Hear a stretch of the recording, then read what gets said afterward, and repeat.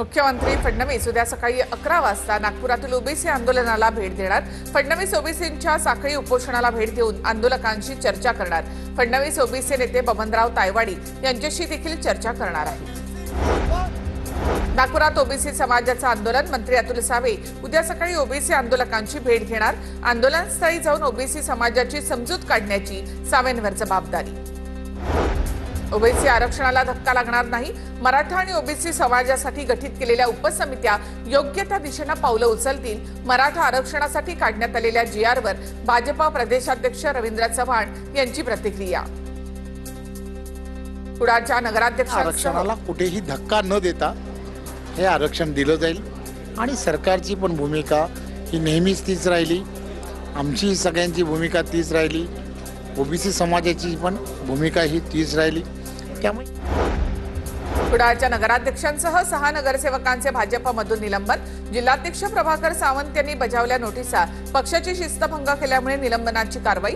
भाजप जिल्हाध्यक्ष प्रभाकर सावंत यांनी जिल्हाधिकाऱ्यांना दिलं पत्र। सिंधुदुर्गमध्ये भाजपचे निर्णय खासदार राणेसाहेब घेतात। ज्या दिवशी राणेसाहेब सांगतील तेव्हा 6 नगरसेवकांचं निलंबन मान्य करू। कुडाळ नगर पंचायतीमधील 6 नगरसेवकांच्या निलंबनावर निलेश राणे यांची पोस्ट। मुंबई बँकेकडून मुख्यमंत्री लाडकी बहीण लाभार्थी महिलांना 0% व्याज दराने कर्ज योजनेचा शुभारंभ। मुख्यमंत्री फडणवीसांचा व्हिडिओ कॉलवरून लाडक्या बहिणींशी संवाद। लंडनमधील महाराष्ट्र भवनासाठी 5 कोटींचा निधी। मुख्यमंत्री देवेंद्र फडणवीसांच्या हस्ते धनादेश सुपूर्द। महापालिका निवडणुकीच्या पार्श्वभूमीवर काँग्रेस नेत्यांनी सांगलीमध्ये बैठक। आगामी पालिका निवडणुका पूर्ण ताकदीने लढवणार काँग्रेस आमदार विश्वजित कदम यांचा निर्धार। धुळे महापालिका निवडणुकीची प्रारूप प्रभाग रचना जाहीर। प्रारूप प्रभाग रचना नकाशे महापालिकेच्या इमारतीमध्ये लावण्यात आले। 19 प्रभागांमध्ये 74 सदस्य असतील। आगामी महापालिका निवडणुकांसाठी सोलापूर महानगरपालिकेची प्रभाग रचना प्रसिद्ध। निवडणुकीमध्ये एकूण 26 प्रभाग असतील। एकूण 102 नगरसेवकांमध्ये 51 जागा महिलांसाठी राखीव। 9,51,000 मतदारांची नोंद। कोल्हापूर महापालिकेची नवीन प्रभाग रचना जाहीर। नवीन प्रभाग रचनेनुसार शहरामध्ये 20 प्रभाग असतील। प्रत्येक प्रभागामध्ये 5 नगरसेवक असतील।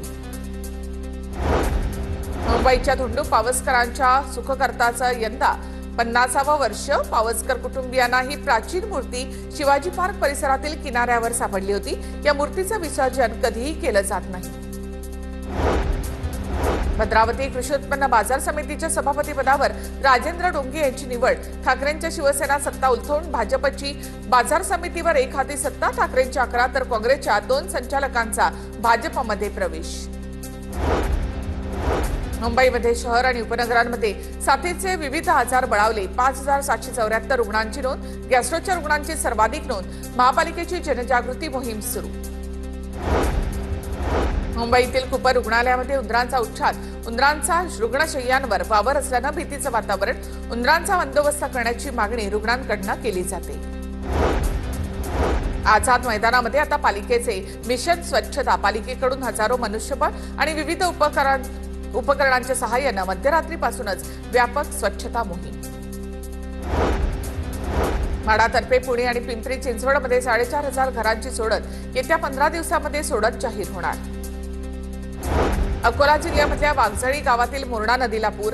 नदीच्या पुलावरून वाहणाऱ्या पुराच्या पाण्यामध्ये तरुणांची जीवघेणी स्टंटबाजी तर काहींचा पुराच्या पाण्यातून जीवघेणा प्रवास। लातूरच्या तेलगावमध्ये ओढ्याला आलेल्या पुरामुळे पिकं गेली वाहून। 70 ते 80 हेक्टरवरील शेतांमध्ये घुसलं पाणी। शेतकऱ्यांचं मोठं नुकसान। पंचनामे करून मदत देण्याची शेतकऱ्यांची मागणी। ऑगस्ट महिन्यातील नैसर्गिक आपत्तीमुळे नांदेड जिल्ह्यामध्ये 15 जणांचा मृत्यू। 1,500 घरांची पडझड। 5,08,000 हेक्टर शेती पिकांचं नुकसान। 215 जनावरं दगावली। 15,000 व्यक्तींना सुरक्षित ठिकाणी हलवल्याची माहिती। नांदेडच्या विष्णुपुरी प्रकल्पाचे 3 दरवाजे उघडले। गोदावरी नदीपात्रामध्ये 46,000 क्युसेक्सना विसर्ग सुरू। नदीकाठच्या गावांना सतर्कतेचा इशारा। अमरावती शहरामधील रेल्वे पूल धोकादायक स्थितीमध्ये। सुरक्षेच्या कारणास्तव रेल्वे पुलाखाली मनाई। अमरावती शहर पोलिसांचं रेल्वे विभागाला पत्र। विदर्भात मुसळधार पावसाचा इशारा। अमरावतीला ऑरेंज अलर्ट। मध्य भारतामध्ये जोरदार पावसाची शक्यता। विदर्भात काल दिवसभरामध्ये जोरदार पावसाची हजेरी। पंजाब, हिमाचल, उत्तराखंड, काश्मीरमधून मुसळधार पाऊस. पावसामुळे गुरुग्राम, चंदीगड, नोएडामधील शाळांना सुट्टी. पंजाबमधील 1400 गावांना पुराचा फटका. पुरामध्ये आतापर्यंत 30 पेक्षा अधिक जणांचा मृत्यू. पंजाबला मुसळधार पावसानं झोडपलं. 12 जिल्ह्यांना पुराचा वेढा.